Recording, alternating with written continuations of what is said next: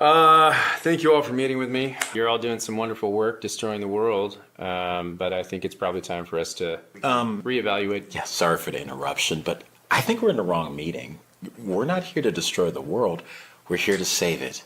You see, we are some of the leading leaders of liberal causes, and I'm with the Human Rights Campaign, who focus on LGBTQ plus and trans rights. You see, I have an equal sign to let you know that I'm a good person. Oh, excuse me, women's reproductive rights. Climate. Free Palestine. Open borders. I misspoke before.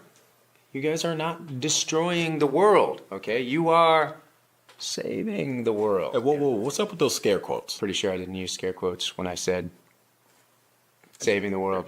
The important thing to keep in mind is that there's a big election coming up, and we're all on the same page, okay? So if we want Biden to win, he needs to win in order for us to save the world. If we want Biden to win, you folks, how can I say this? You might need to tone it down just. Tone down what? Oh, that's a good question. You're women's reproductive rights, right? Okay.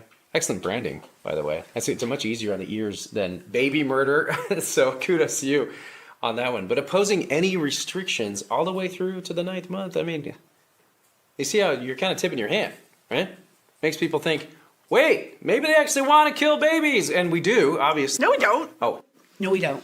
We don't. Right. We don't.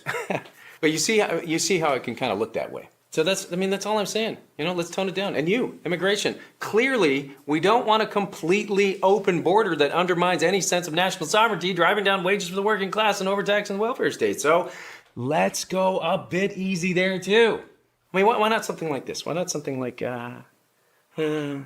diversity is our... Are you trying to say diversity is our strength? Yes! How do you say that without laughing? Oh my gosh.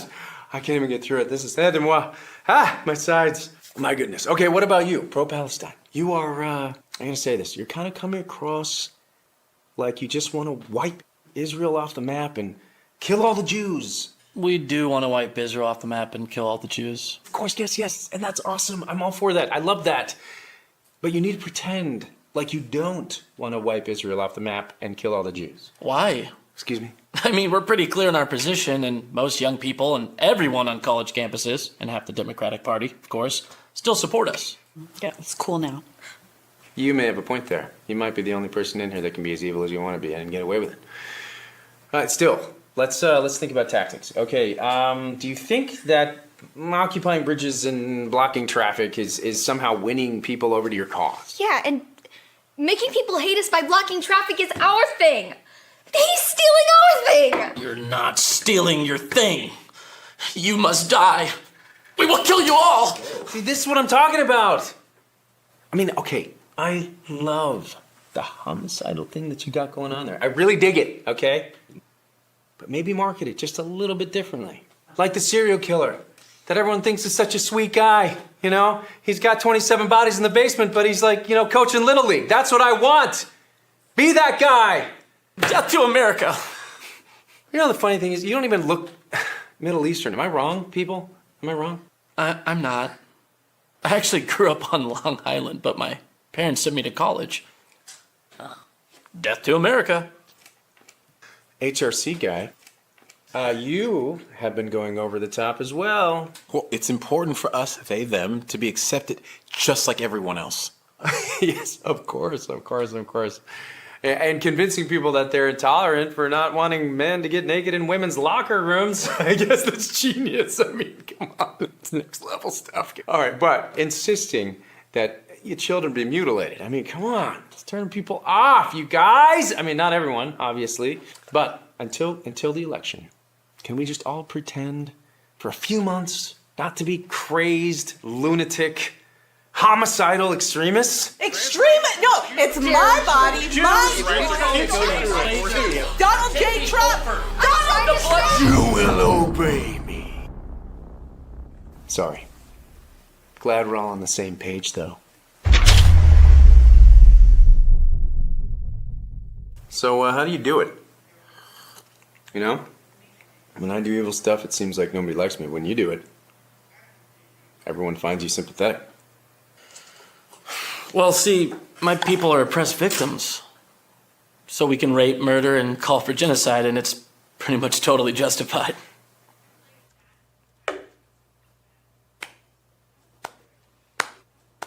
Well done, Hey, folks, welcome to the program. Will you give me the finger, please? I'm begging you.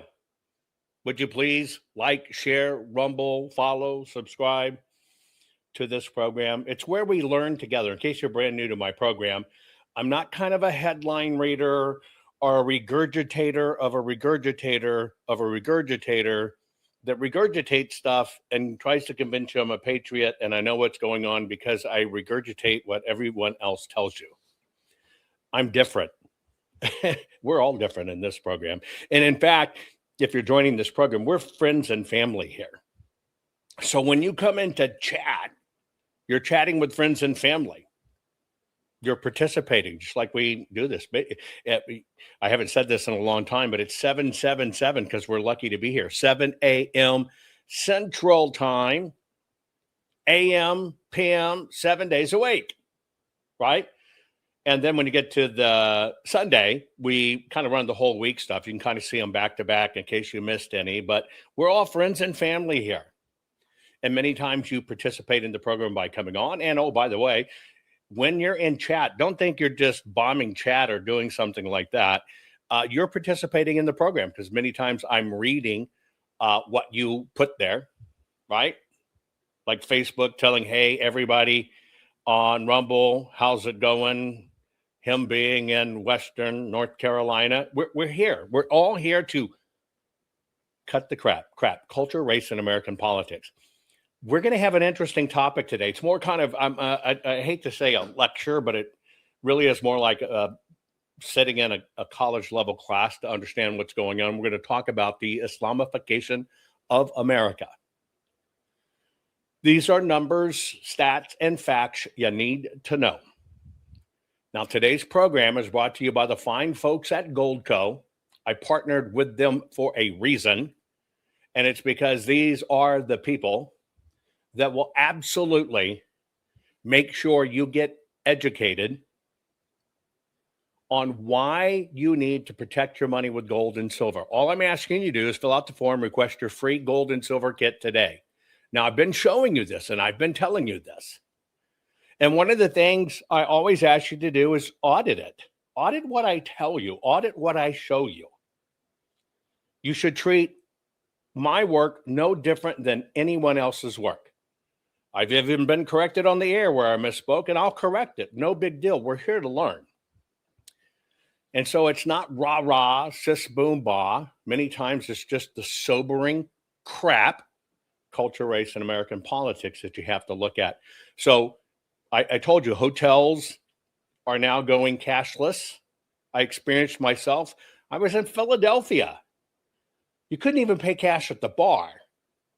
And I've been watching this trend now. Mexico, immediately our border to the south of the United States, they've taken all of their gas stations and everything are now cashless. It's moving, folks. It's coming in. And this digital economy is good and bad, but in a digital economy, you are not going to have money stuffed in your mattress. It ain't going to happen. It's going to bring a whole new issue of concerns. And that's why you have to understand how gold and silver play a long-term protection strategy in your portfolio. I'm not talking about swap everything you have out. That's not what it is. And oh, by the way, for many of you that are interested in the recreational aspect, getting your butt out, protecting yourself, owning something that the government will allow you to own, right? To have, to control land. Most people don't know that. Land at like $30 an acre. Yeah, baby. You ever heard of that? That's where you had to send me an email with just the reference title gold. And then you'll get back a questionnaire. That's about 12 questions. You have to answer it so we know what kind of land, recreational land, all, mining related, will work for you. And we're about to move to the next phase. So those of you that already sent in your 12 questions, those are all being processed now.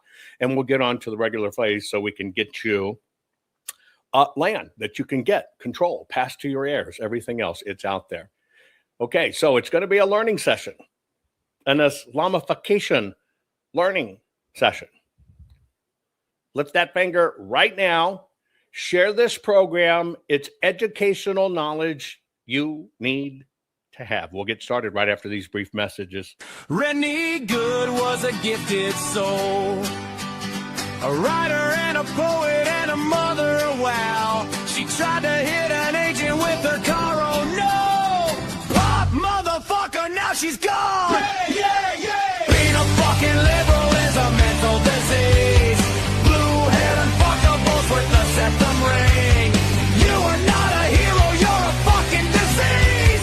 You fuck around and find out it's what it is.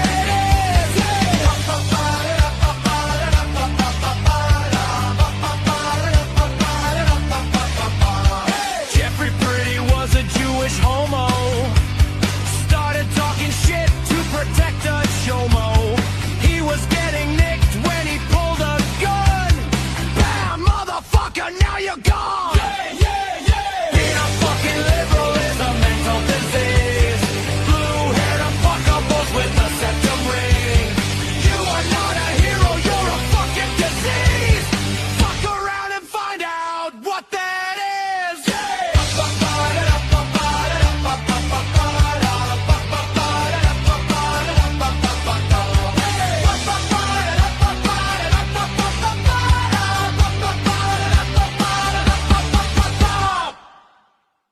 Not fixing 2020 will damn our nation forever. The historic Maricopa County full forensic audit effort processed 20,895,610 digital and forensic images of varying formats, resulted in 208 million individual evidence-proof files. The system processed over 58 billion forensic measurements, resulting in over 2 trillion individual base computations. No hopium, no hype, just hardcore forensic evidence.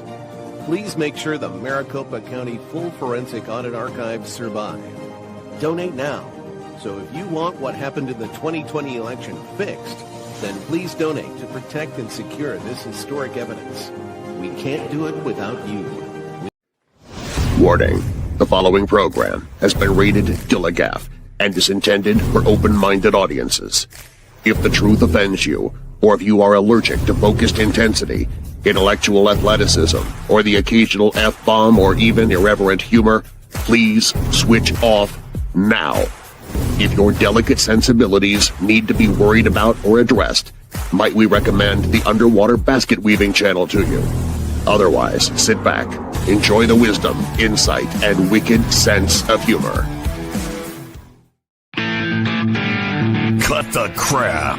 How many times a day do you want to say that to politicians? The elite, the loony liberals, the fake news media, and the gender-confused emotional socialist snowflake crowd. Cut the crap is your secret weapon for fighting for our freedoms and our great republic. It all begins with a massive mental enema, freeing you from the toxic news and politically correct views, which constipate your consciousness with stinking thinking.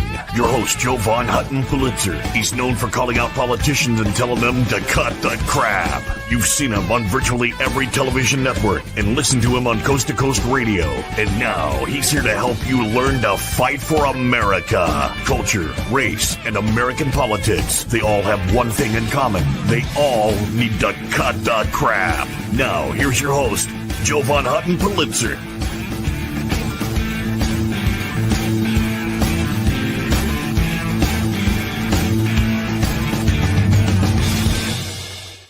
Okay, folks. In this particular program, we're going to talk about the Islamification of America. It's happening. It's real. We're just going to take a sobering stats look at it. But I have a question for you. And this is for my edification only. Most of you know I'm a big-time gardener. You know, that's why I did my books, passed them on. Food Forest Bible, you got to get into food security. You better get your ass hauling, folks. It's just true. Just make sure my name's on the book. I mean, it's Not that hard, because rat bastards have copied it and they keep on putting out other versions. That's why I won't do ebooks anymore. They buy it, they crack it, and then they take what they want out of it, put it back out. No, I have a broadcast, and it drives their book sales of something you think is me that is not me. And by the way, I have, great fruit books and no dig gardening. But here's a question for you, honest question, just before I get started, only because I don't know. I recently transplanted goji berries. Okay. I've always wanted them. Never had them. Goji berries will begin to really produce about the 4 and 5 year mark. So it's very hard to find fairly mature goji berries. And so I found 3-year-olds. I got them, transplanted them, and they just look like crap. They're kind of wilted. And I know that's kind of a transplant shot. Diane said she has those. They're goji, Goji, goji. Is that how you say it? Goji berry. Anyway, the damn things look wilted. Have any of you, put it in chat, I'll find it. And I know it's a shock. I know it's transplant shock. One looks really good. One may be recovering. The other ones are just kind of looking piss poor. And it's so hard to get a hold of these things. And I have talked to them. I've sung to them. I've done everything to them, right? But the damn things just aren't perking back up. Cart Doc said she ordered Paulowena and Jujube. Jujube is my next orchard to get in. Anyway, if you have any experience with goji berries, let me know. And then one experiment I'm going to try for the very first time at one of the family properties on the back of a garden near to where the chicken pens are, where it won't interfere with anything in the garden. I'm going to plant a wall of heavy thorn bush roses. I mean, I'm talking an entire wall, like it'd be an impenetrable fortress to get through, right? If you tried that, let me know. Okay, here's what we're going to do. Enough of just my questions. But again, anyway, if any of you have goji berry experience, let me know, right? Had a Russian lady one time. She made jelly out of them, talking the freaking bomb, right? Okay. We're going to talk about the Islamification of America. I'm going to give you some stats. Artistic says, lovely fairy roses. How did you know? Do you know how hard it took me to find an appropriate fairy that would shave his damn legs and back, dance in the back 40 with roses? How'd you know it was fairy roses? Okay. Do you know where your county is on a map? If you were looking at the United States of America, do you know where your county is? If I showed you a map of, and we'll go back, I love roses too. I love roses too. I love long stem. Did you know, but long stem is actually an invention of the Chinese? Did you know that? Yeah, I had no idea. I watched a special on roses. Very fascinating. In the Americas, we have roses, which are basically wild roses, wandering roses, etc. Did you know the rose is a tree?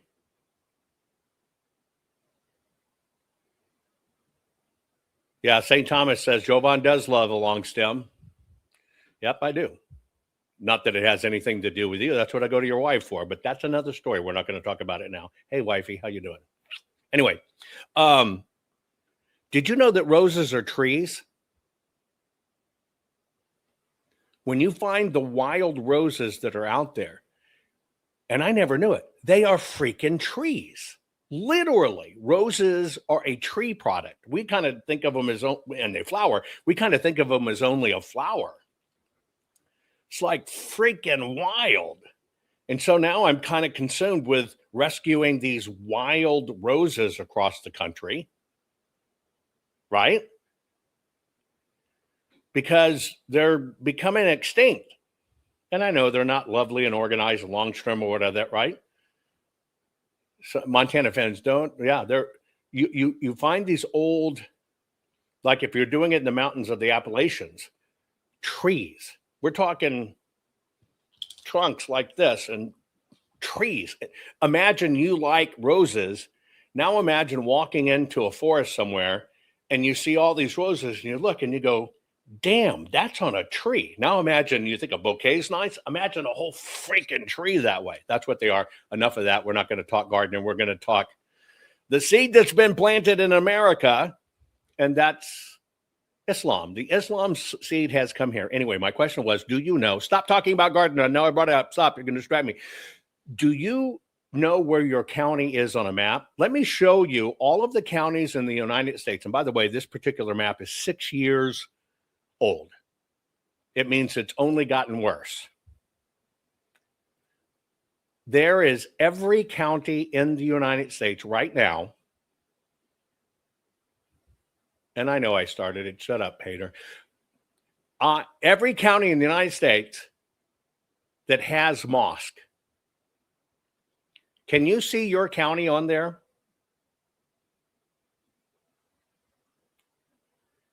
I'm going to show you these things in living color, right? And we're going to talk about some of the alarming stats, because I'm telling you, it's alarming. Now, let me set this up straight. Somebody says, definitely no mosque in my county. C-Mac, let's check that out. Put for me, and somebody remember, put your county, because I have a live interactive program. They'll show how close they're to you. We're going to talk about it. Patrick says none in mine.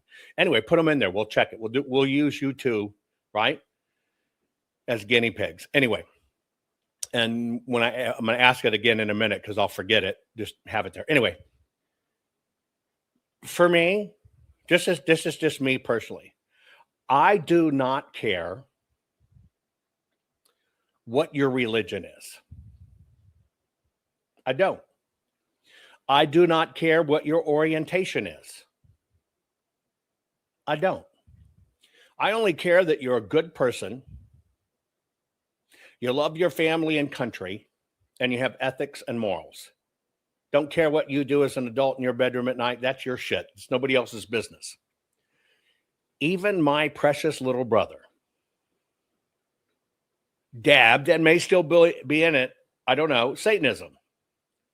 And that's a pretty hard statement to say. And I adore my brother.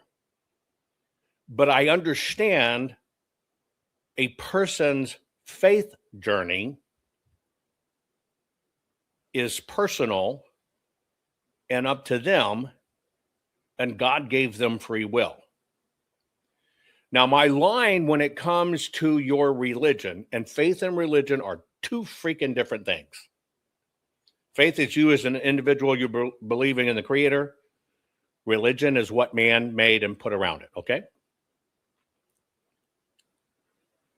But I don't care what faith you have. And it's not my job in any way to try to convert you. See, convert's the problem. If you want to be enlightened and you want to talk, right? And you want to talk, then we'll talk about it. Liberty Mom, your throat still hurts. Thank you for letting me see that, hater. I would have missed her comment. And Liberty Mom, I am so sorry. So sorry. I did not mean for that to be the end result. I just can't help it.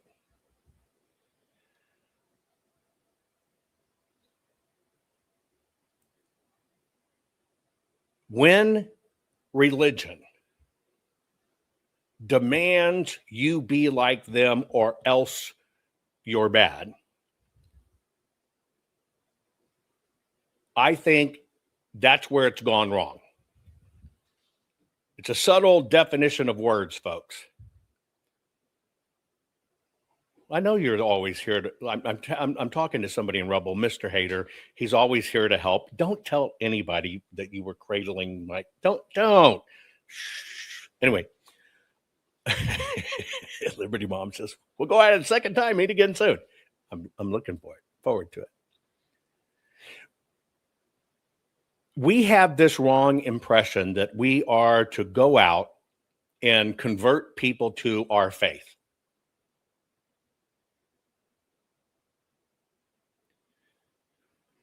We are to educate, teach, understand, and share. You don't convert anybody. Here's what I mean. Through education, through sharing, people learn, and it is by them learning and understanding that they will choose the free will and do what they want to do. So if your faith demands you convert, that's where I draw the line.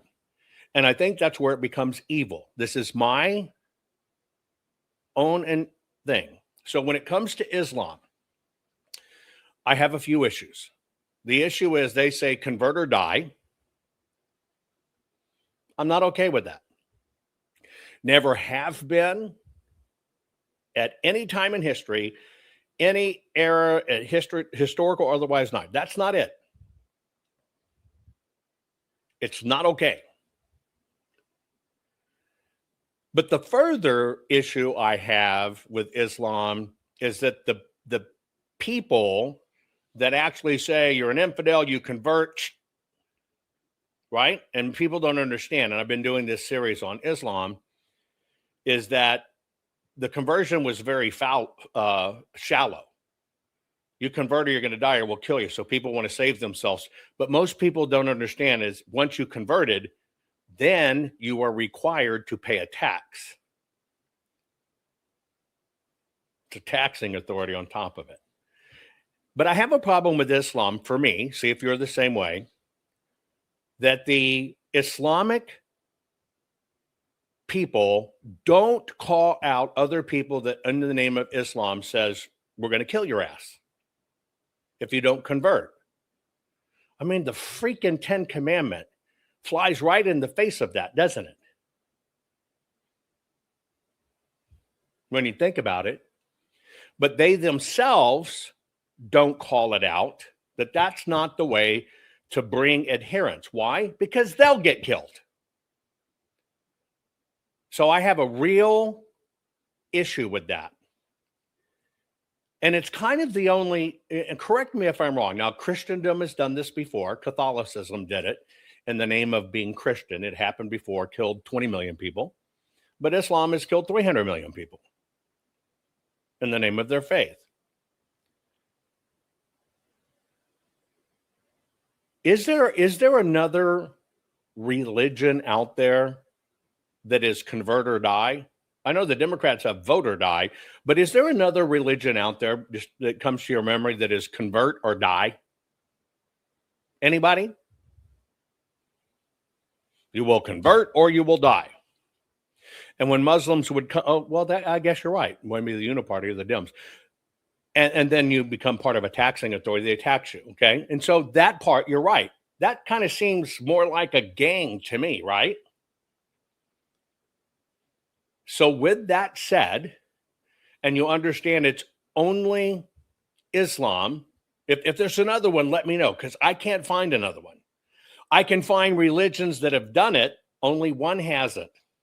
Well, outside of Buddhism, and that's Judaism. I don't get it. Because, see, that's the opposite of it's supposed to be godly and peaceful, which is what your faith should be. Now, with that, I want to kind of take a look at, let's just take a look at faith in America. I'm going to show you a few images, quite a few images for this. Well, Jonestown, right? And what'd they do? They died. And the ones that didn't drink the Kool-Aid, they forced them. That's the problem with religion. Because religion is man-made. Faith is your issue with God. Okay, let's take a look at this. Let me get it larger on my screen so you can see it. This is faith in America. It's called Faithland. And you'll see the percentages. If it's this is only up to 2010. I'm just doing this so we have a baseline to work off of for this program. Religious adherence as a percentage of all residents. So the light colors say that 96% to 100%. Get it? And then when it gets down into the greens, it's 50%. When it gets down into the blues, the dark blues, it's 3% to maybe 20%. So I'm going to try to give you a look here, and you might, these are the percentages, okay? You kind of can look at these things in the world, and it's kind of pretty alarming. And it's kind of pretty alarming, the hot spots of almost zero faith. Right? Almost zero faith places. So the dark blues are where there's technically kind of no faith. Okay? So let me see if I can get this. So here's the map so you can kind of look at it in a better way. Spot your area. For those of you that are in chat, if you'll just give me a state real quick, I'll zoom in on it for you. Okay? And we'll go through it. But pop your state in the first one. Okay, Georgia. So let's take a look at Georgia. So Georgia's going to be right about here, right? So let's pop over. Okay, well, there's Georgia. So the Georgia swath, you can see Georgia as a state is predominantly pretty heavy concentration of people that are driven by faith. A few little areas, pockets that go down to 50%. Okay. You can see Virginia. Where's Virginia? Hang on. I'm trying to grab a hold of my cursor here. Okay, so here's Virginia. Okay. And, mountain folks and whatever kind of get the mountain areas. Let's look at, somebody said Oklahoma. Let's get over here. Here's Oklahoma, right? Okay. Now it's really interesting. I want you just to understand, this doesn't mean do you have faith. This map basically is, do you actually adhere to your faith? Now, you'll see something in here. Let's look at the Houston, what's called the Houston Lake area. You got that big hot core there of nothing. Okay. Now, what I'm going to do is I think I can post this for you. Don't get too lost in it. This is why I normally don't do links. But I'll be sharing several with you on this broadcast. But that's kind of a sample of where the United States is based on, do you practice your faith? That map's called the Faithland map. And that's kind of what we'll kind of begin our chat off of, because what I want to talk about is Islamification. Now, there are 3,300 whatever counties in the United States of America. This is about 6 years old, and these are counties that absolutely have a mosque. Some of the areas that are really booming is like Dallas, Fort Worth. I don't associate basically Texas. I'm a Texas boy. That's where I grew up, right? Either between San Antonio or Dallas, Fort Worth. But it's like, wow. It's exploding. Now, again, we're covering this because it's not based on someone's faith. It's based on how far somebody will take that faith. And you do not see, quote unquote, peaceful Muslims calling out the ones that'll cut your fucking head off because they'll get their head cut off too. And I have a problem with that. Now, what do you think is the second biggest religion based on your state? Have you ever looked at it? What is the second most significant religion in your state? Do you know what that is for your state? I think you're going to be surprised. Henry says Catholic, right? Most people would guess that, right? I'm going to show you the second. Now, we're not talking branches. We have to use, quote unquote, Christianity as a big umbrella in this one. Okay? So the map I'm going to show you is not, and you know, it'd be interesting, agnostic. Take a look at this. I'm just amazed by this map. Ready? Look at that. These are the states of the United States. If you look at the second biggest religion in the state, those that are pink, it's Judaism.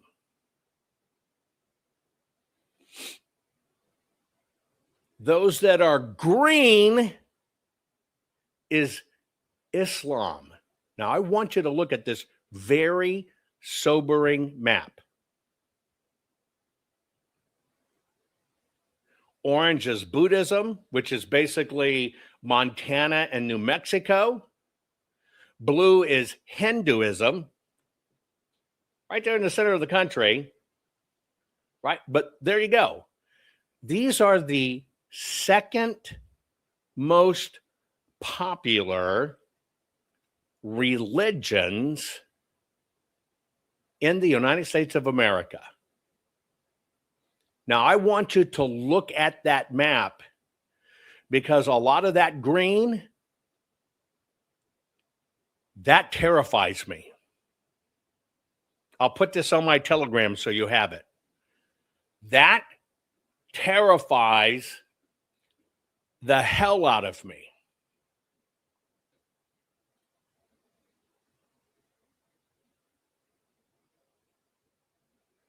And it only terrifies me because it's Islam. Now, when I go in and try to pull the databases, I can find all day long how many illegals, right, come across the border from Mexico and all this other stuff. You know what our country stopped tracking during the Obama era? Whether you came from a Muslim country and whether Islam was your faith. They stopped it. Again, that alarmed me. And it's kind of like this thing, and I'll go back to Arizona. And this is where you kind of see it. Like in Arizona, if you look at Brnovich, the old AG there, he found some woman who voted her dead mama's ballot. The first thing, as soon as the ballot's taken out of the envelope, you don't even know where it came from. So how the hell did they find somebody? One person. How did they find someone that voted mama's ballot? Did she turn herself in? No, I think it's all a rig. I think they pay somebody to do it. They pay them well. They give them a misdemeanor, but they'll pay them big bucks. Why? See, it's so these guys can say, well, in our state, you know, in Maricopa County, we had 2.5 million voters. There was only one person that voted illegally. I think that's the racket, right?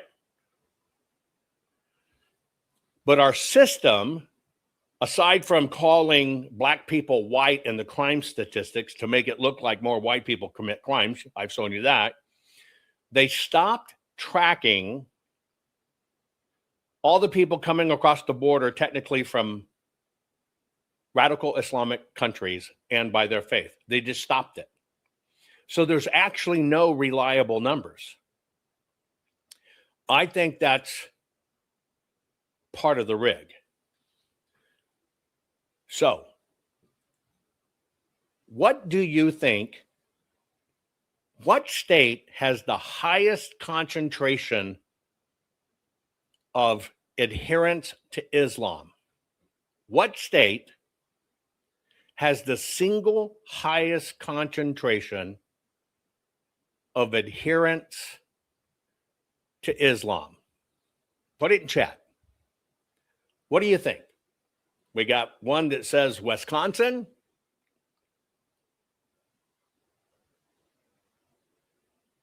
Texas, Michigan. The number one state by concentration of Islam. Again, this one floored me. Texas. Texas is by far even more than New York or California. It's like, holy shit. 16.2% of all adherents to Islam are in Texas, then New York, then Illinois, then California. And yes, this is why you see Texas going blue. Hell, Texas ain't even a purple state anymore. And where you track these wild swings going away from being conservative to going liberal, there are direct correlations between this one stat and that. Texas, 16.2%.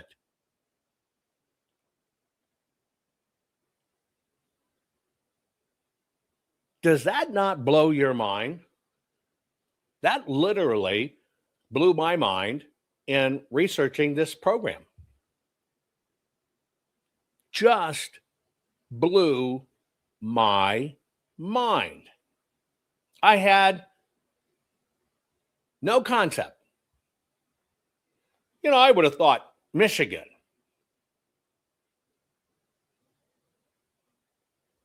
I was dead wrong. But then when you look at these concentration maps, and we look at places that are really pushing strong Democratic strongholds, where they're really fighting turning blue, it kind of all makes sense.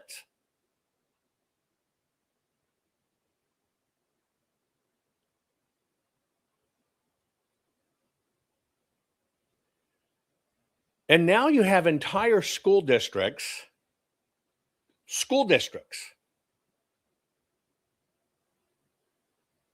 changing their lunch menus during Ramadan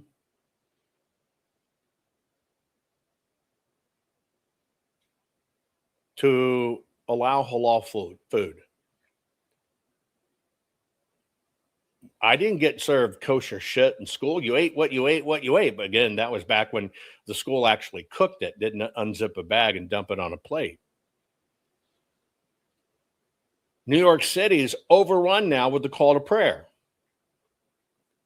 New York City is now passing a tax, an extra tax. If you're in a white, higher income neighborhood, they're going to adjust your taxes, saying it benefits backwards that don't have white. Do you know what religion did that taxed you more if you weren't born into the faith? Islam. Not only did they say, convert or we'll kill you, they basically said, okay, now that you're converted, you must be faithful. And by the way, to be faithful, you pay this fee basically every month. Or all of a sudden you're unfaithful and we can kill you again.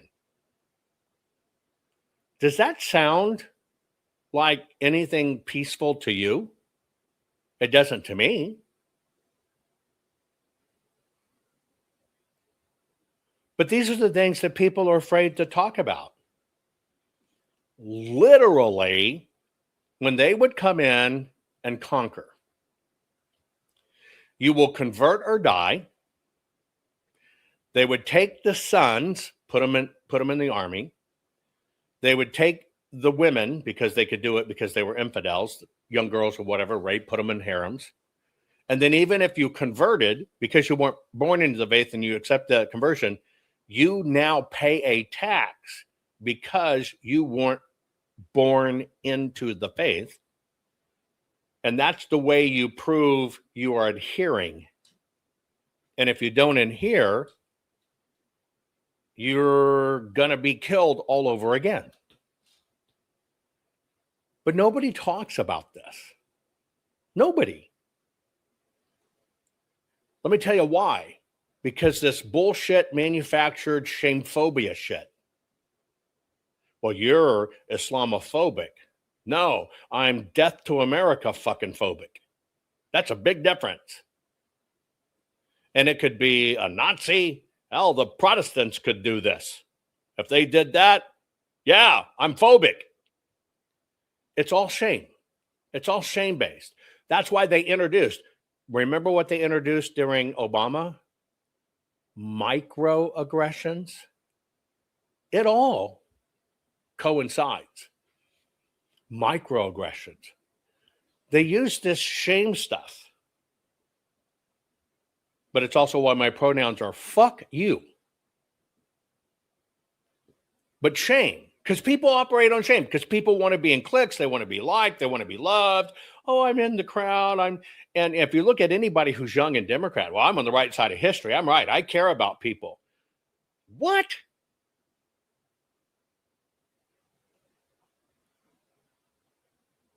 You invite conquerors in. You buy people off for giving them stuff for free. You're eliminating God. You punish them for God. You reward the ones that don't love God.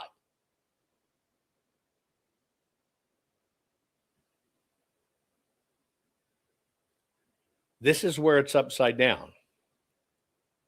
But when you look at this second largest religion by state, I'm not sure anybody could have guessed this. And by the way, some of those states, because you're looking at 2020, some of those states that were pink are no longer pink. There's more green. That's freaking alarming. That's not the America I know. That's not the America that built this stuff. That's not the America that succeeded.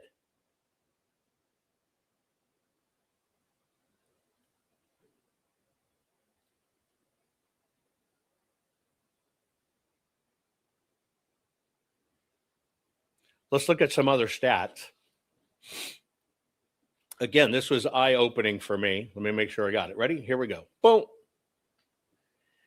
If we were to look at religion not including Islam, and let me see if I can, why can't I adjust this screen? Hang on. Where is it? Oh, that sucks. Let me see if I can do it a different way.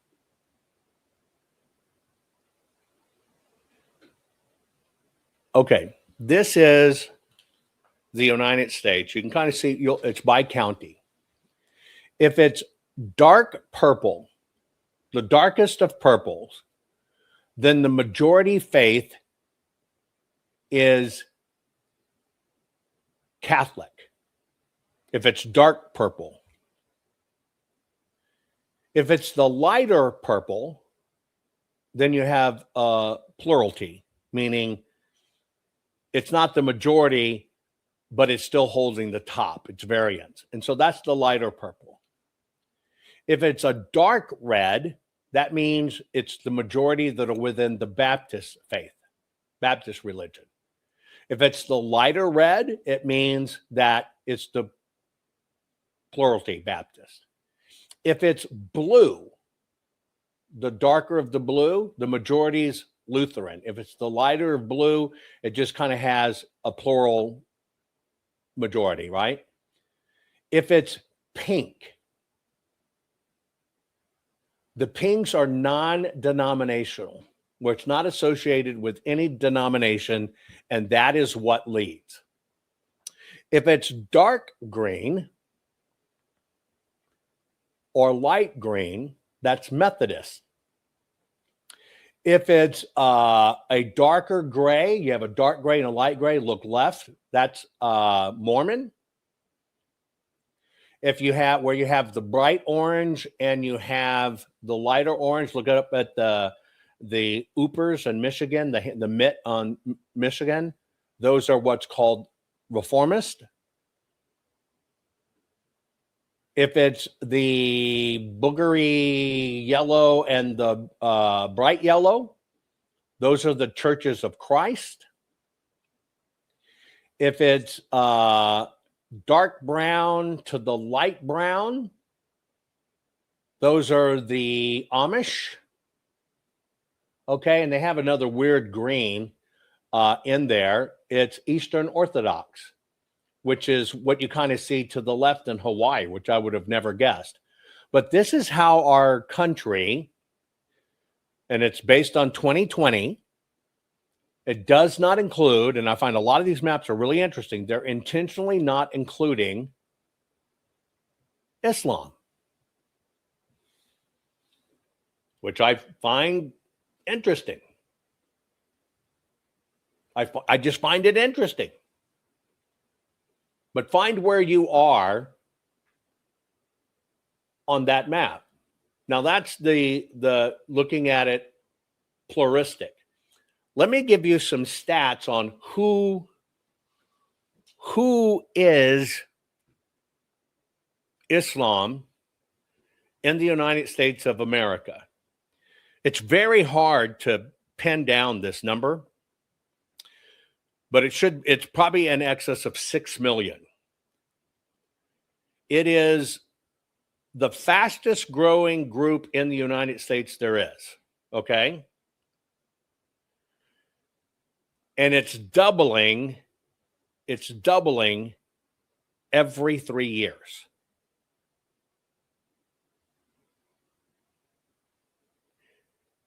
It's doubling every 3 years based on birth rates and conversion to it, okay? Now, this is where I see a convergence of we've screwed up as a nation. And as I've said before, the leading cause of atheists in the United States of America is Christians. You've even seen it in the election integrity movement. People that are absolute bullshit, but wear their faith on the sleeve like it's some sort of banner. Look how good I am. Who says Jesus the most? It's all bullshit. And so the leading cause of atheism is Christianity. But a very interesting thing is, if you were to look at age groups 18 to 29, now I'm going to call that our most vulnerable. I want to remind you of something.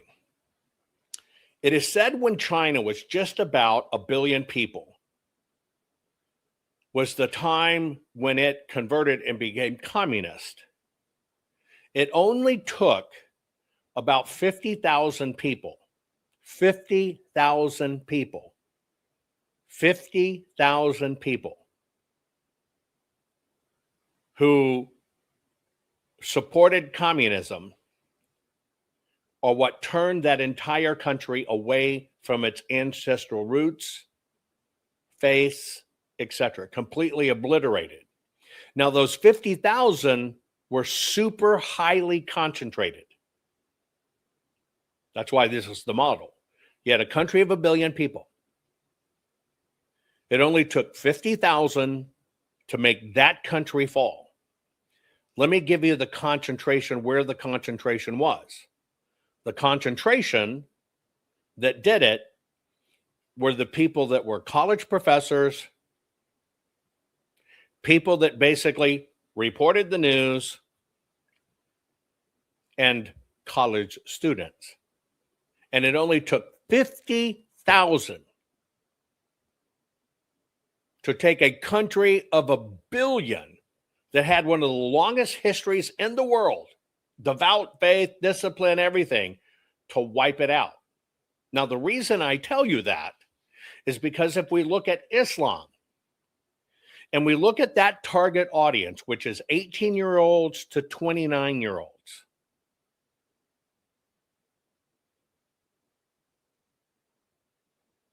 It is the single largest concentration in the United States of America of the faith of Islam. It's triple what Christianity is.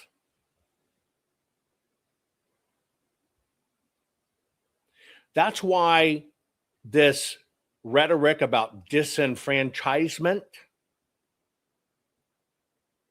works. Kids, it's happening in Christian ranks as well. Kids that are in their 30s now, 25s, don't think they'll ever be able to own a home. It can't be afforded. Well, the system did that. And so those kids are disenfranchised. And when they're disenfranchised, they become disenchanted. When they become disenchanted, they basically think, well, it's the parents' fault. It's the system fault. So they turn away. What fills that vacuum? A new faith. A new, this is what's right, and I don't want to be my parents. That is exactly what right now is happening in the United States of America with those people that are 18 to 29.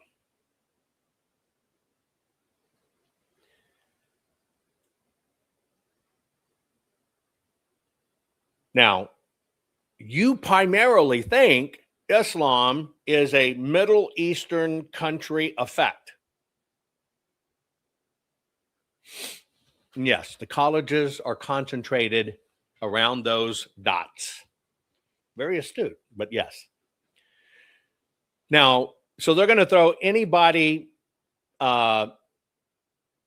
Middle Eastern by default into the white category. But do you know what the mix is in the United States? 30% white, 30% Asian, and that's if you're a South Asian, Near East, Arab, they'll throw you in that category. 20% black, 11% Hispanic, 8% mixed. It's not what you think it is. It's not what you think it is.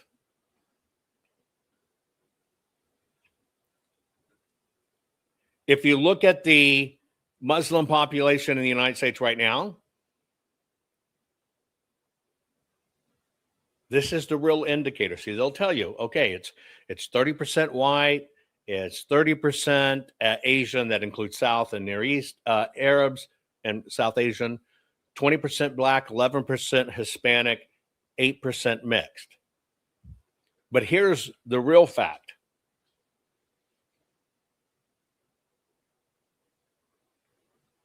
%65% of them are foreign born. See, that's where the real number lay. You can hide it if you just change the category. Where they're light skinned, we're going to call them white. You get what's going on?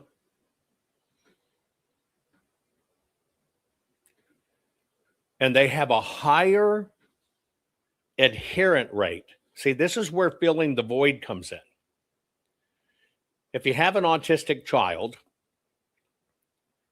if you have a AD&D child, one of the best things you can do is give them discipline and order. Make them follow instructions. Make sure it's very consistent. What does Islam do, which is predominantly an incredibly low IQ crowd? Those call to prayers. Oh, I got to do my routine. And if you don't do the routine, you're not being faithful. If you're not being faithful, you get killed. That is the call to prayer. Ding, ding, ding. That's the Pavlov's dog. It has to keep reminding you, worship me, serve me, worship me, serve me. Why I think it is because if you really look at it, it's incongruent. You're fucking slaughtering people. We're cutting their heads off, but you say it's just in the name of Allah. So what do they do in the Pavlov dog effect?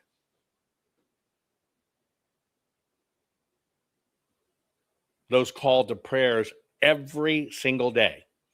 That is the discipline technique, the brainwashing technique, that what you're really doing is good and faithful and right with God. You get it?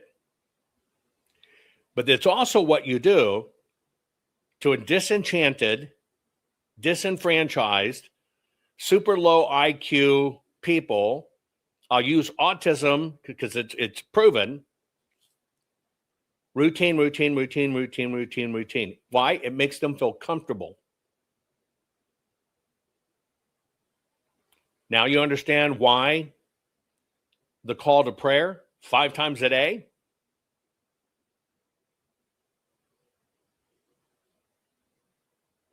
And it's not voluntary. It's no different than wearing the mask during the pandemic. Are you a good Muslim? Are you practicing? I don't see a call to prayer. Where's your prayer rug getting out in the middle of the street? Do you understand the massive mental conditioning this requires? And I believe it's because there's such a disconnect. When people really question it, and by the way, you're not allowed to question Islam, but inherently people are going to be questioned. And there ain't no turning back. You leave the faith, you're dead. Most people don't know that. You leave the faith, you're dead. And even if you don't get killed right away, they will take some zealot to kill you because you left the faith, you're an infidel. They'll get you one way or another. And you're right. This faith becomes muscle memory. It becomes follow instructions, no questions asked. Follow instructions because no questions asked. That is what this population is. Isn't that concerning? Because nobody ever looks at this. Nobody ever looks at what's going on. They have a very high current college participant. Why? Because our system, in the name of DEI, bent, and most of them are going to college getting the degrees on scholarships. You have medical schools right now and nursing schools bragging online because they don't have a single white student.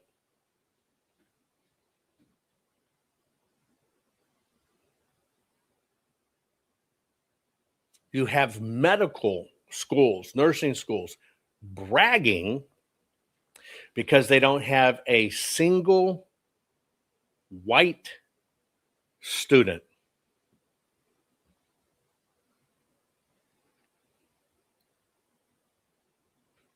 Now, here's what's really interesting.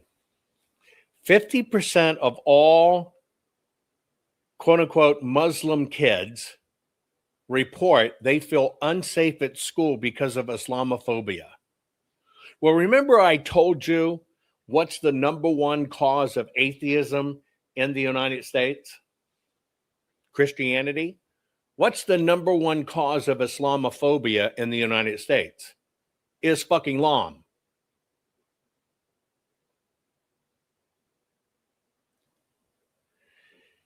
It's a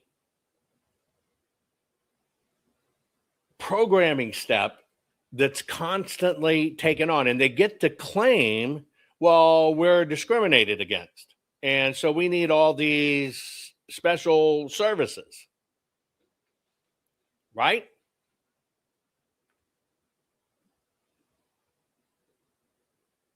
Yeah, and in the historically black colleges, they have black colleges. We have, the black entertainment channel, but we couldn't have the white entertainment channel. We couldn't have the Jewish channel.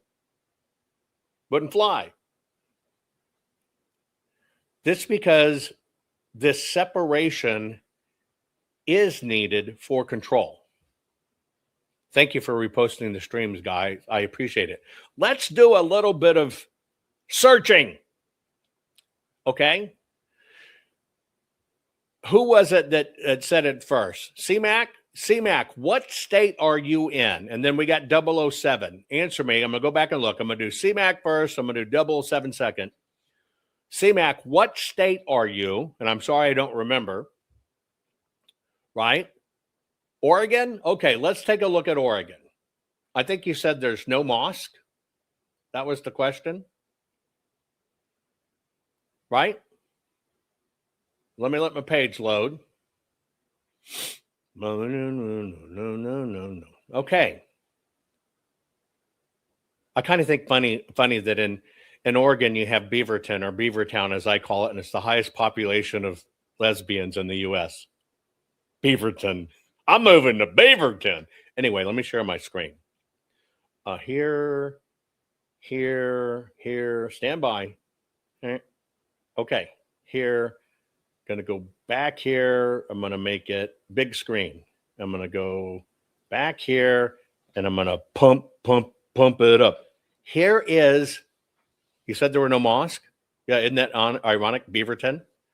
Here it is. We're only looking at Oregon.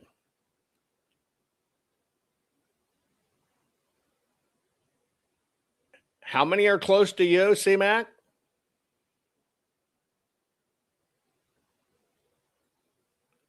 And you say there's none? 007, where were you? Which was it, 007? Did anybody remember 007's state? Right? We're going to go to counties. Who remember what 007 said? Here they are. I'm going to go back. Where's my state picker? Yeah, 69 Scissor Street, Beaver, Oregon. I've been to that club. Anyway, I had to go and drag, but I was there. Who did somebody say Idaho? Let's look at Idaho. Okay. Are there any in Idaho? We're going to let it pop up and see. Here's Idaho.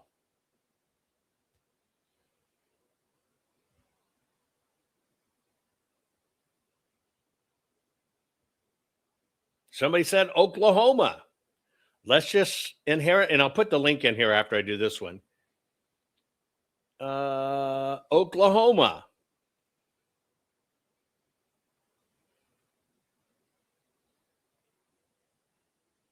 Y'all just had a big battle in Broken Arrow. But here you go. This is Oklahoma. You think they're not there, but they are. Let me share you this one. All I'm asking is don't get too caught up in it during the program, but I'm going to share with you the database. This is where you can look it up, and I'm going to share you another one. Let me get this across channels. Yes, I'm a member of that place in Beaverton at 69 Scissor Street. I'm a lifetime member. They ran a special in Oregon. That's why I joined. At this special club at 69 Scissor Street in Beaverton, Oregon, the big lesbian club that I had to go drag to. I joined because I was passable in drag, but they also gave everybody free concert tickets in perpetuity to Lickapalooza, which I thought was fantastic, right? Everybody wants free concert tickets. Okay, you're going to kind of recognize the next style that I'm going to put up on the screen. And start putting your states or cities in. And let's just take a look. 1, 2, here it is. Get ready. We're going to go panopticon style. You've seen me do these before. Okay. Here's all the recruiting centers. Islamic Center of Leavenworth, Kansas. Let's look at Laramie County, Wyoming. Let's get up here. Let me see if I can see it. Hang on. Here's Wyoming. Well, there you go. And let's see. You've got here it is, Cheyenne. Look at how many in Cheyenne. That's Cheyenne.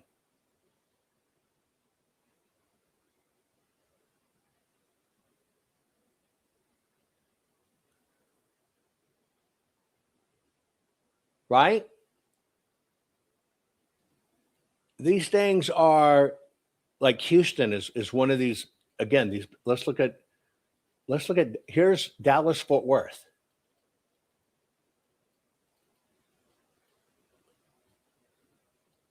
There's everything, and even when you see a dot, it's more than just one. There's a tremendous amount of them. More and more and more. This is just the center of Highland Park.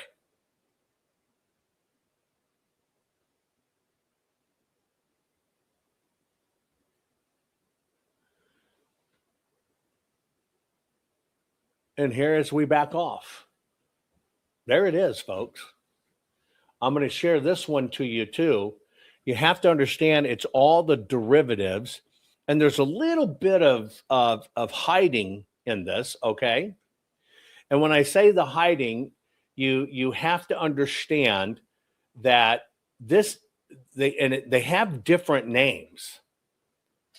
And it's not just mosque. Okay?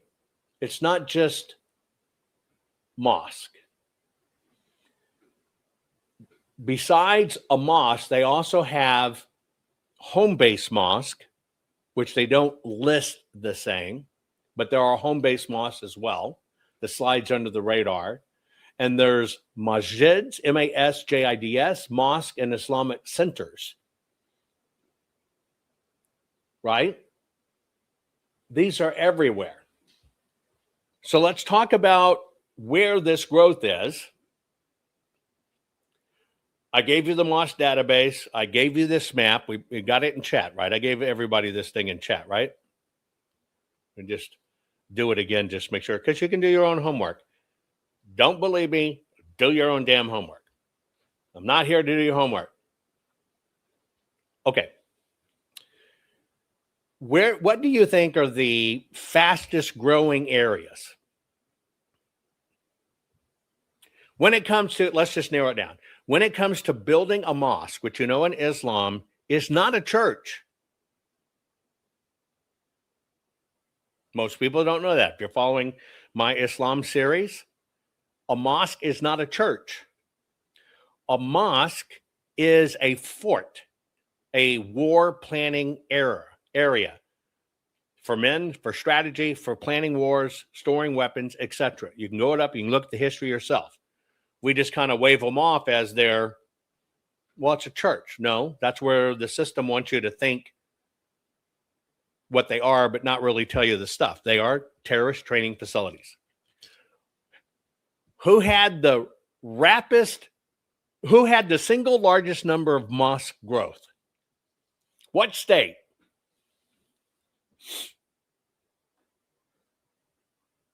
Virginia, I'll just give them to you this way. Virginia's up 300%. New Hampshire's up 133%. North Dakota's up 100%. Delaware's up 80%. Michigan's up 65%. Minnesota 62%. Maine 60%. Ohio 57%. Utah, Mormon up 56%. Kentucky up 52%. Those numbers really don't do it justice because across the board from Obama entries into our systems, right? It is up triple digits. Every single state. Triple digits.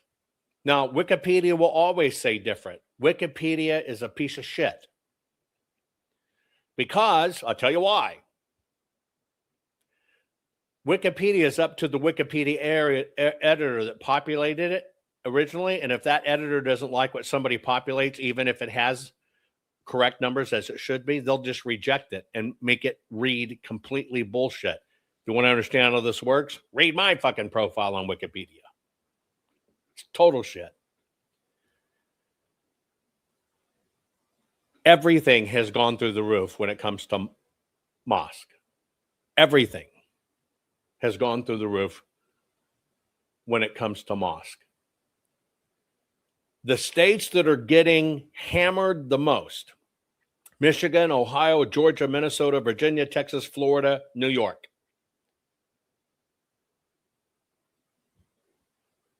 If we looked at districts that are being hammered, New York, Southern California, Chicago, Detroit, DC, Northern New Jersey, the Bay Area, Dallas, Houston, and Atlanta.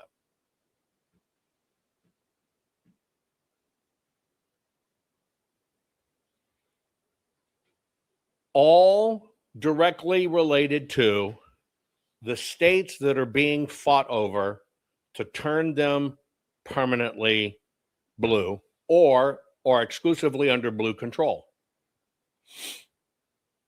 And if you're getting free money for being Muslim, you ain't getting it because you're a Christian, getting free money because you're a Muslim, you're not going to do anything to those lawmakers in town because it would cut off your own free check you get every freaking month. And this is part of the attack on Texas. You let Texas fall, what falls? If you let Texas go blue and fall, what falls? Put it in chat if you know what it is. One thing happens if Texas, it's not about America, something goes before that. We know America goes. What falls? We know the whole country goes. We know the whole thing. I'm trying to drive you down to the first thing that falls when Texas falls. Yes, our borders will be porous. Something else. Yes, the whole country will fall. It's something else. There is a decision. Bingo. Our Second Amendment. Our guns will go away. It's not about Christianity yet. It's about our guns.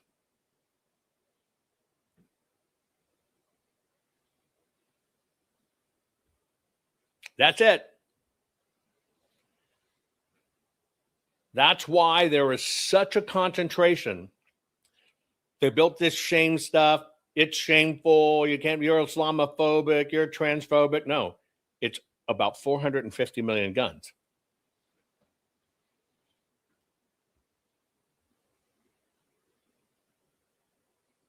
When did England permanently go no guns, UK? 97?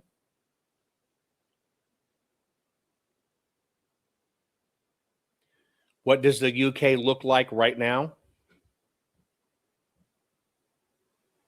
The UK's permanent ban on guns came official 1997. What does the UK look like right now? You got fucking Prince Charles acknowledging Ramadan, not doing a Christian holiday. Do you understand what's coming?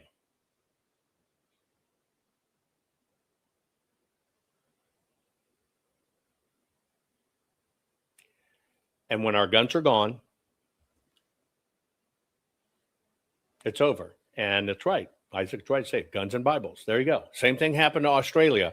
The moment they banned guns, because guns kill people, it's over. Laura says, what happened to Don't Mess with Texas? I don't know. Other than it's been so corrupt, systematic change. They even want Sharia cities. A Republican lawmaker in Texas proposed a bill to allow religious cities. Hidden in that bill, a Republican, hidden in that bill is what paves the way for Sharia law and Sharia cities in Texas.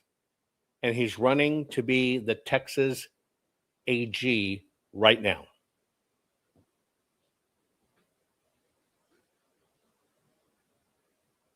Somebody, they'll throw money in their pocket, live high off the hog, think they're great, and will basically throw away their states. This is part of why they want Donald Trump out. Texas falls, and it's rapidly happening. The highest concentration of Muslim population, period. Highest per capita concentration of mosques. They will do away with the guns.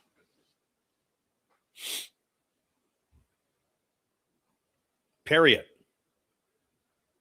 And rhinos are playing into this. And this is why I tell you, there is nothing else that matters at all than our elections. And all they've been doing is trying to figure out how to do it. And it's done with people, paper, and programs. But you had a con. It's the machines. It's Serbia, Venezuela. All bullshit to keep you away from the fact they do it with the paper. And what they're doing, and this is the most telling one, I need you to understand. We can agree that all of this shit started with Obama and big ass honking checks. People don't put this together. Hillary was at the Democratic National Convention to accept the nomination. And on the floor, somebody most of us had never heard of, and he didn't campaign. On the floor, we get a hot swap, and it's going to be Obama. Do you remember that? Now, what happened, as I understand it, is Hillary was $170 million in debt. And so what they did is they said, we're going to pay your debt and give you more to boot to operate on. So we're going to get rid of this debt. You're going to be able to run again, but we want to try a new face. And so she made a debt decision.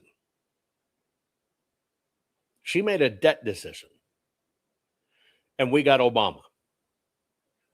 What's the first thing the system did when Obama became president of the United States? What did the system do for him? Do you remember? Put it in chat if you remember. What did the system do for Obama the immediate time he came in? They gave him the Nobel Peace Prize.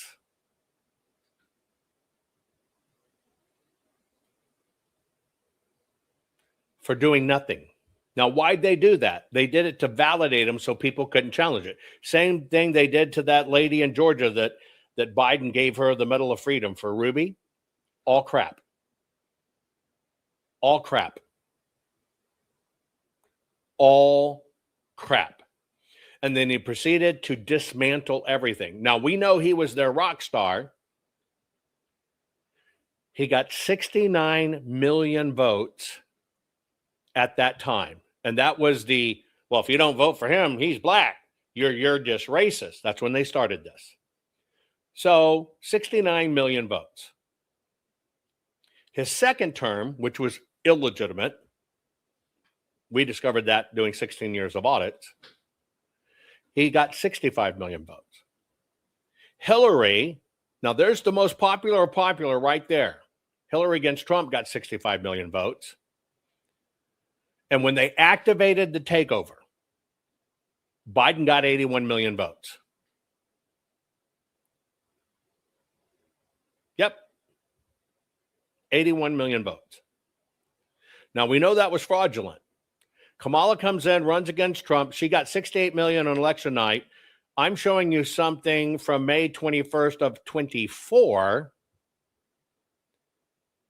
She's now over 75 million votes, which basically is trying to convince you she's more popular than Hillary, more popular than Obama ever was. Now, what they're doing is they're covering that spread because they put them on the books. That's why it's people, paper, and programs. It's people, paper, and programs. It always has been. It always will be. But people don't pay attention. These are the hardcore numbers, folks. This is telling you what's coming in the midterms. This is what they're pulling off right now. Okay? This is exactly what they're pulling off right now. Now, they're doing this on purpose because when it comes to the midterms, they're about to undo everything. It's just going to happen. They're going to do it. And in that undoing of everything, what's going to happen here is that's where they're going to impeach Trump, all this other stuff, etc. Now, this is actual discussion I've had with President Trump. And I tell him, sir, it's the voter rolls. We got to get rid of them. We got to figure out how to wipe them clean. Now, you're participating in that right now. You see what's going on right now. It's being worked. But the GOP, Mike Lindell and others, did a 475 city tour. All these guys telling you, I work for free. I just volunteer. And they did a 475 city tour. Got to those cities, have a hotel and stuff. And in all of those 475 city tours and in every national convention where they magically spoke, they said, don't worry about the voter rolls. It's sweeping the floor. You can't do anything. But they sold you. It's the machines. It's the machines. It's the machines. The machines are misdemeanors, cannot be enforced because it's voluntary. All of that was done from the inside. And everybody fell for it. And they just hope you don't remember. We're even seeing stuff like people that, I'll give you an example, and let me see if I can find that video, okay? Hang on. I want to find something real quick. Hold on. Let me see if I can find it. 1 second. Because this to me says a lot. And I'm going to tell you why. Because I'm watching all this happen.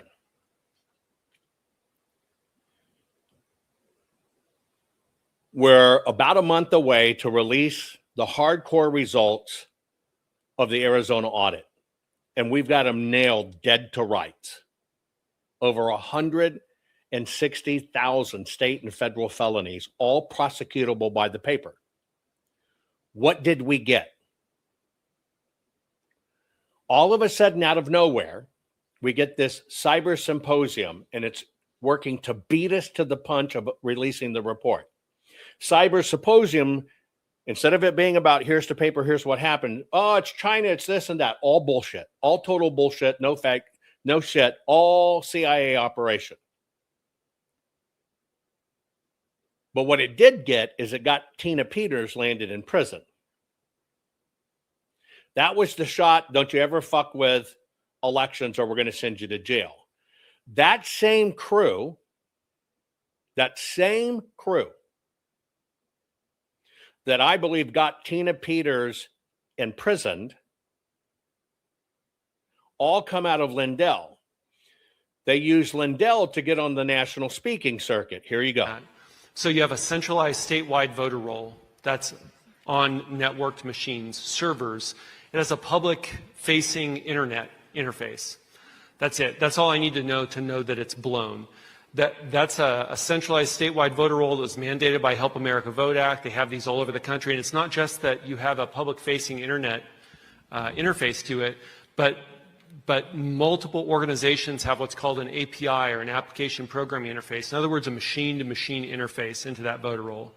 And I'm telling you this because when people say, well, we have to clean up the voter rolls, it's true that they're not following the law. It's true that they're not in good faith maintaining them in accordance with Title 52 that requires that the voter rolls be both secure and accurate. That's a requirement imposed on the secretaries of state who've received the Help America Voting Act and CARES Act funding to maintain those voting systems. What nobody's going to tell you, but I'm going to tell you, is you cannot clean those rolls. You're sweeping a dirt floor. All of this coincides with a discussion at the highest level. Me sitting down with President Trump at invitation. We're not talking some, hey, can I get a picture with you? No. You get maybe 3 or 4 minutes with the man. We sat down 96 uninterrupted minutes. And then dinner afterwards. But I'm nailing it down even right there. And his staff, well, we're told we can't do anything about the voter rolls. You know, so not to bother with them. And then that went on. And then this little speaking circuit goes on. Now, why do I even bring this up? The writing on the wall is exactly how it's going to happen. You see it now. This is all driven 100% by the voter rolls. They got to have them on the rolls, get a ballot to them. The rest is bullshit. This is why they want you to focus on the machines, so you don't see this. Well, I'm telling you, with Kamala up to 75 more million votes than 68 she had on election night, that ain't because somebody left machines running, folks. This is the con. But that did a 475 city tour. You look at those teams, what's the common denominator? Common denominator, they were all involved in Tina Peters. She went to prison. Cyber Symposium was bullshit, supposed to show PCAPs, never did. It's what got Tina in prison. Same guys. I question that. You should too. You know what another thing about those same guys are? Every one of them were at January 6th. Every one of them. One of them has his organization, told all his people, you got to come here, we got to be here January 6th. Conveniently, he's not arrested, not questioned, but the people he got there were. Now you see him being promoted different places. They bragged about how they were there on January 6th. Now you're actually seeing them come out, well, you know, the FBI showed up at my home on January 5th. They showed up at my home on January 5th asking about a bumper sticker I had. And because of that bumper sticker, they said, what do you think is going to happen January 6th? What's really going to go on? Now, who would even ask a question like that? A bumper sticker, right? Now they're trying to play like they weren't there. But all those guys were there. None of them arrested. None of them questioned. None of them detained. And now they're risen to some of the highest levels in election integrity. And you know what the common denominator is of every one of them, even like Sean? He's an ex-military guy. You can't confirm his background. You can't find anything on him. Any of these guys, you cannot find any of their backgrounds. Now, at some point, all these coincidences become a problem. So what I'm saying is we're in a very do or die situation. And even those people who bragged about being there are now saying, well, it's home in Colorado. They showed up and asked about my bumper sticker. We saw your bump. Here's how stupid the story is. Well, we saw your bumper sticker driving down the street. And so we found out where you lived, and we come knock on your door, and we want to know what's going to happen on January 6th. How stupid of an excuse is that? When you've told the whole world and post video, you're there. Now you're trying to play you're at home. But none of these guys, not one, just like Epps, not one,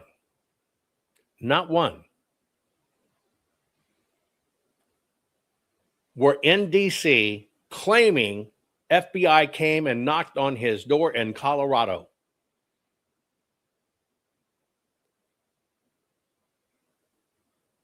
And this is where we are, folks. And this is the way it happens. And it's a combination between greed and ego and operations.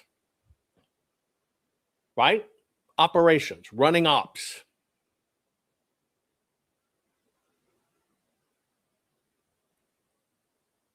And we're all the ones being sacrificed. But let me tell you how weak we are.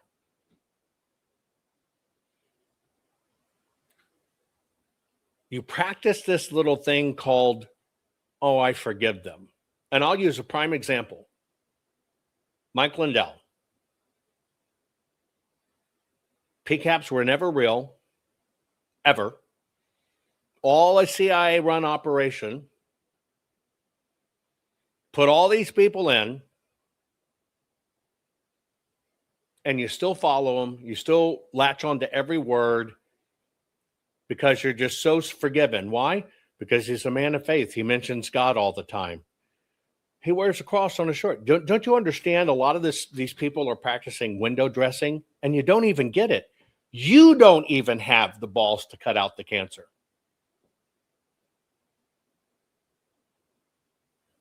You don't even have the balls to say, am I following this person? Which everybody around you can see it. I'm not giving that person my endorsement anymore. See, this is the problem. This is how social media plays into this crap. And then you have people, and I've talked about this before, it's supposed to be a CIA whistleblower. There is no such thing as a CIA whistleblower. You're CIA, you're always CIA. Nothing ever changes. It's kind of like Islam. But they're going to tell you everything that's bad with the government. People like us that give you the facts, truth, how to detect it, we get banned on YouTube. They destroy our followings, limit our numbers. But all of a sudden, a CIA whistleblower comes forward and they got 2 million followers. And you can't see through that. And those same ones that for a few years have all these followers are now saying, well, no, President Trump's got to go. He's like a wackadoodle. Do you not see the pattern? If YouTube is banning everything about truth, which you know, they banned everything about the audit truth. They scrub stuff nonstop.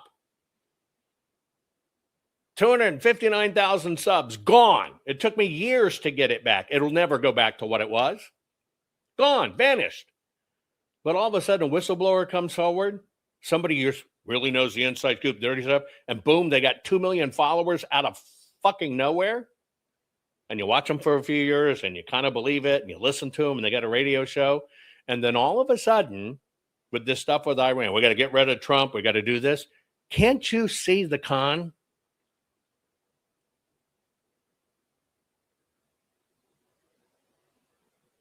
Can't you see the con? This is why all of these things, you got to understand how it works. And that's, look, you make your own decision, folks. You make your own decisions. And don't believe me, audit me. Look for yourself. Do your own work. That's why I'll give you the link so you can do it. We live in a massive con. We literally do, right? Live in the matrix. It's wild. But we don't audit ourselves. We don't ask. This guy go around, gave no proof, traveled to 435 cities, basically came up with some,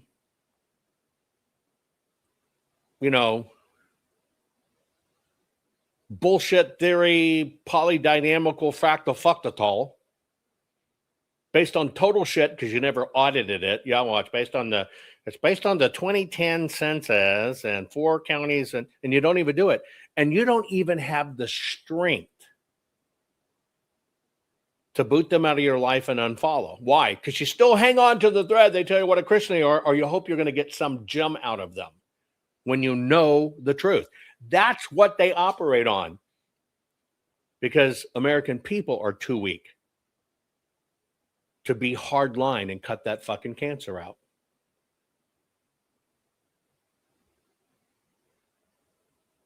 It's amazing. It angers me, but it saddens me mostly when I look at our country and I look at this. But I'm telling you, I understand the fucking racket. I understand it. Right? Stuff like Bannon. And now you're finding and seeing all these things, right?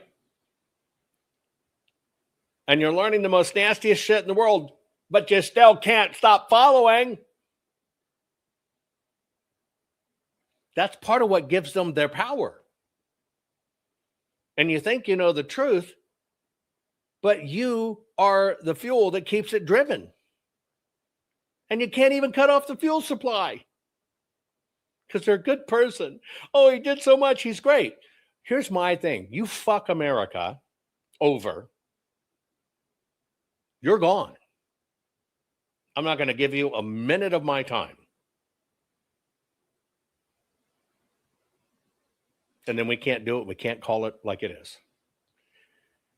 That is why we're in trouble. It's the double-edged sword. We are the sole cure.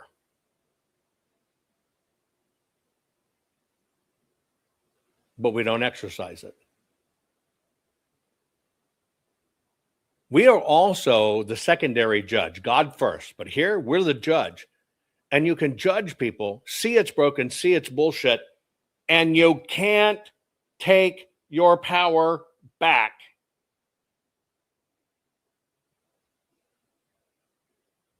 You can look at an account, they post something. You think they've been held up as an expert, so they must be an expert. We do everything in Arizona, right? All this stuff, highly detailed, but yet a person who really didn't know what they were doing somehow does a special on 60 Minutes on election integrity. Don't you understand that's a con? And you can't see it?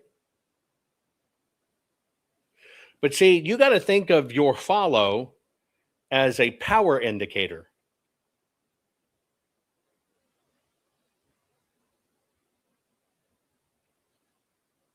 Well, I follow Kansas just to see what she's saying. No, she's trading on you because everybody around you who trusts you sees you follow Kansas. So maybe there's something to learn there. Maybe I should too. You're the power cell. And you're giving away your power nonstop. And it's always, well, I know their stuff didn't work out, but they're so nice. I know they were, but they're such a godly person. Satan doesn't come back as a demon. You understand that, right? They come back as the most Christian person you ever met, your best fucking friend. And you don't even understand that concept. You can't even look across the landscape and the people that have to have contests of who said Jesus the most, who prayed the most, who wears their cross on the outside. Welcome to the Christian, I'm a Christian Patriot Hour, the most patriot of all Patriot Christian Hour. Welcome to my show. I want to announce my new initiative. It's called Me, About Me, .me.com. Donate. It's about me. And you can't even see through that. We're going to fix America. We're going to fight all these lawsuits. So donate to me. Here's my full name. Me, my, me. It's all about me.com. Fuck no. It's about saving America.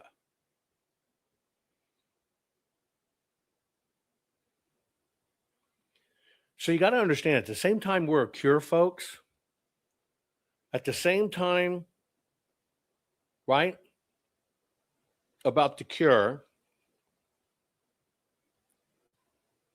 we're also the poison. I'm exceptionally careful who I endorse and why and what. I watch everybody like a hawk. There's even things I still haven't talked about, but I have shown you the way to be able to audit for yourself. And even some of you are having a hard time with that audit. Behind the scenes, I've been threatened. Don't you dare talk about me or whatever. I'll do this, I'll do that. Behind the scenes, I get threatened. But everything I do is teach. The question is, are you paying attention? Are you looking? Are you understanding? Are you connection? Etc. But I just want you to think about one thing, whether it's Bannon or Lindell or Candace Owens. I just want to see what fucking shit she's going to say today. No, you're that battery meter people measure by to see how many are there. And you don't even understand it. Or you go, Candace went off the deep end. Did Candace go off the deep end, or did Candace do what she was paid to do? Put in, built up, get you following, flip the switch. She didn't fall off the deep end. She's reading a script. Do you know how you know? And I'll give you Candace as Kansas is the best example. Do you know how she's reading a script?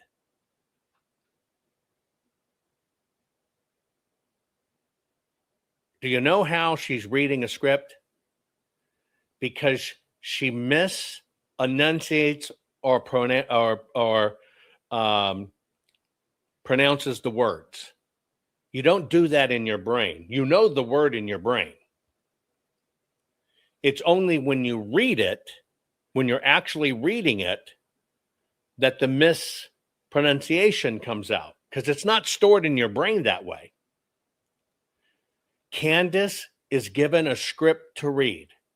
That is why everybody makes fun of her mispronouncing words. It's not because they're in her brain that way. It's because she's reading a script. And it is by the reading of script.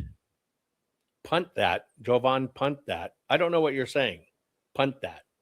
Try to be a little more descriptive. Jovan, punt that, punt that. She's reading a script.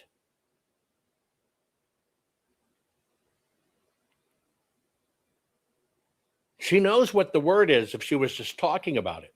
That's how you know she's just not talking about it. She's reading it. And by the way, watch Tucker.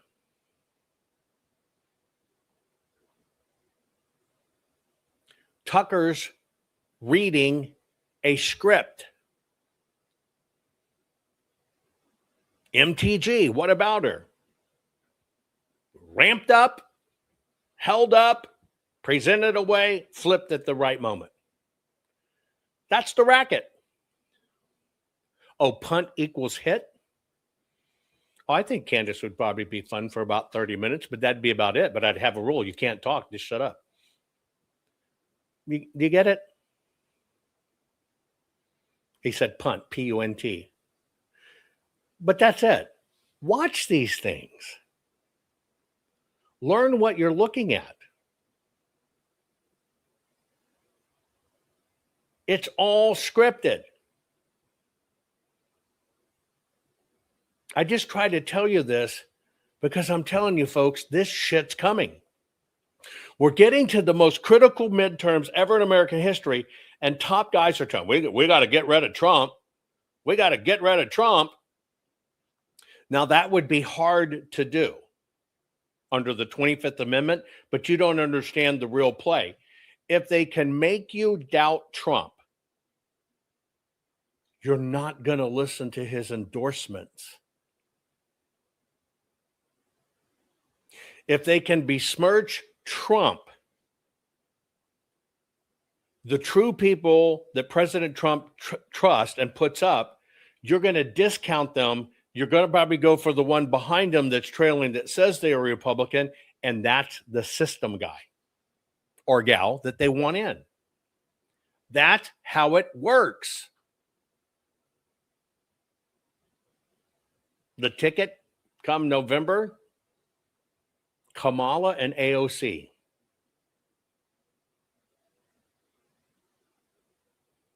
I thought it was going to be Newsom. I don't think he can get back past this $169 billion on his watch robbed. But they may try to push Kamala up again with AOC. And then it'll be an all ticket of color and female. Beat that, bitch. Just telling you.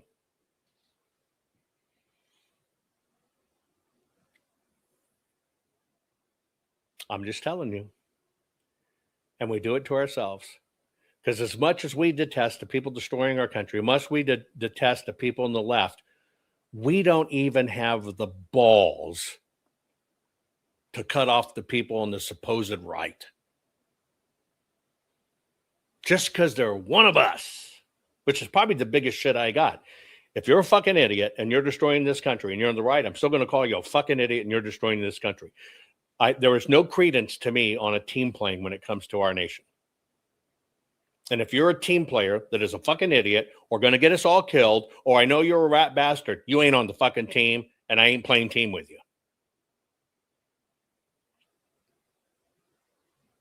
Because right now it's survive or die, don't you think? You're either for America or against America. You don't get a get out of jail free card just because you call yourself a Republican or a patriot. In fact, I've become very disenchanted with the word patriot because everybody in the fucking everywhere uses it. And by the way, if they have to tell you they're one, in my book, that kind of leads me to believe they're not one. Just my random thoughts. And you're right. I'm going to give the last word to Tinkerbell. A lot of fucking idiots in government.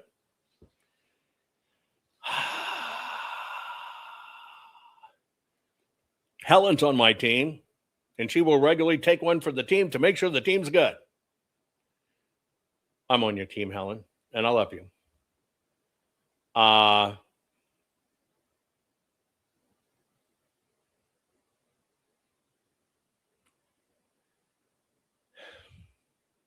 We can win this. We can do this. We just have to talk soberly, truthfully, factually, and demand evidence.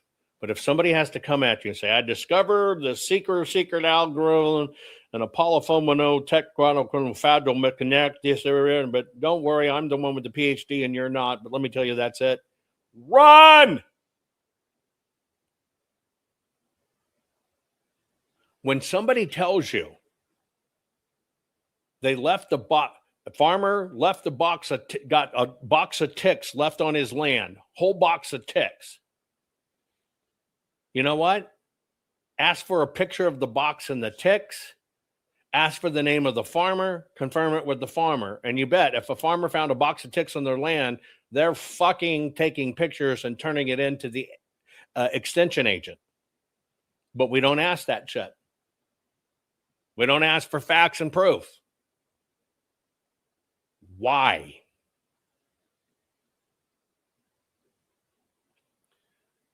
Proof equals truth. You just have to have a high standard for proof. It can't be because this influencer said it. That's not proof. Well, she's a doctor and she said it. That's not proof. That's not proof. Proof is you can show it, you can repeat it, you can understand it, you could do it yourself, and you can see it clearly with your own eyes. That's proof. Anyway, I went off on a tangent. I love you all. But all I can say is, you know what my motto is, right? Rennie Good was a gifted soul, a writer and a poet and a mother. Wow, she tried to hit an agent with her car. Oh no, pop motherfucker. Oh, I'm sorry. Did I do that? I'm going to put this on loop a bit. Rennie Good was a gifted soul, a writer and a poet and a mother. Wow, she tried to hit an agent with her car. Oh no, pop motherfucker, now she's gone. Yeah, yeah, yeah. Being a fucking liberal is a mental disease. Blue hair and fuck up both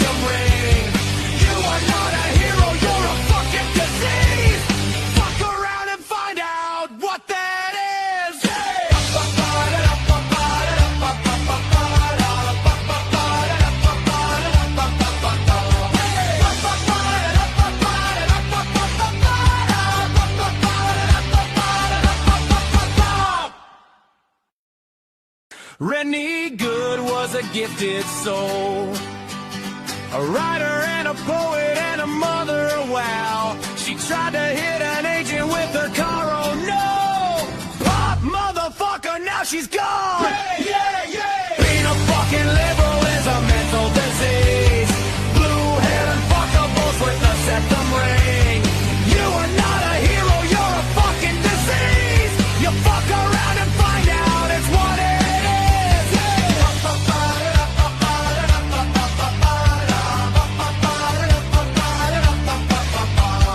Jeffrey Pretty was a Jewish homo. Started talking shit to protect a chomo. He was getting nicked when he pulled a gun.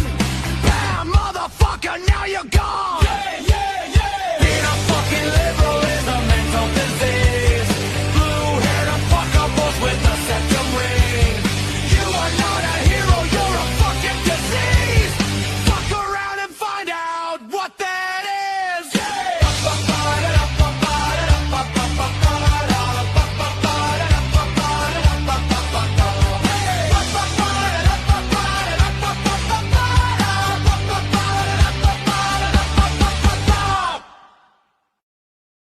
Our courts are based on clear and convincing evidence. Want convictions? Want justice? For what happened in the 2020 election? Then we need your help. Not fixing 2020 will damn our nation forever. The decision you make in the next few moments could decide whether we ever get our elections fixed or not. Here's why. Trump campaign and allies filed 64 different lawsuits. They all went down in flames. 100% of these cases were presented on "It's the machines," or "The machines changed the votes," or "The voting company executive said he would make sure Donald J. Trump would not win." They all went down in flames. Why? You can't bring theories to court as evidence. No supposed Zoom call or six-degree polynomial math theory or census data is or ever will be proof of fraud. You can't bring theories to court as evidence. Here's why. In both civil and criminal law, the side making a claim carries the burden of proof, and prosecutors must prove guilt beyond a reasonable doubt. Without physical or otherwise verifiable evidence, a case cannot meet this high threshold. Physical evidence is the key. The question is, did anyone get relevant, reliable, provable, testable, and duplicatable evidence of what really happened in the 2020 general election? And the answer is yes, absolutely. The full forensic audit of Maricopa County, Arizona is the only evidence-gathering work which gathered relevant, reliable, provable, testable, and duplicatable evidence of what really happened in the 2020 general election. Evidence so damning that the system, the deep state, and those who pull the strings of this country have fought to keep it hidden and have hoped to have it be forgotten to time. Almost $3 million invested in time, funds, and efforts to unlock that which the system wanted hidden. But now, that evidence is in danger of being lost forever. So if you want what happened in the 2020 election fixed, then we need your help. Please donate to protect and secure this historic evidence. With the 2026 midterms coming up, the system is going to try to lame duck President Trump and then most likely introduce new impeachment proceedings. This is the evidence which will help win the war which is surely to come. We need to keep Maricopa County full forensic investigation and archives secure and ongoing. So if you want what happened in the 2020 election fixed, then we need your help. Please donate to protect and secure this historic evidence. We need your help securing the full forensic audit archives. Don't allow the only testable, objective, and reliable 2020 election evidence fall into obscurity. Millions were spent on getting it documented and tested. This is historic evidence. Not fixing 2020 will damn our nation forever. The historic Maricopa County full forensic audit effort processed 20,895,610 digital and forensic images of varying formats, resulted in 208 million individual evidence-proof files. The system processed over 58 billion forensic measurements, resulting in over 2 trillion individual base computations. No hopium, no hype, just hardcore forensic evidence. Please make sure the Maricopa County Full Forensic Audit Archives survive. Donate now. So if you want what happened in the 2020 election fixed, then please donate to protect and secure this historic evidence. We can't do it without you. We need you. America needs you. Our future needs you. Please donate now. Not fixing 2020 will damn our nation forever. Please donate now.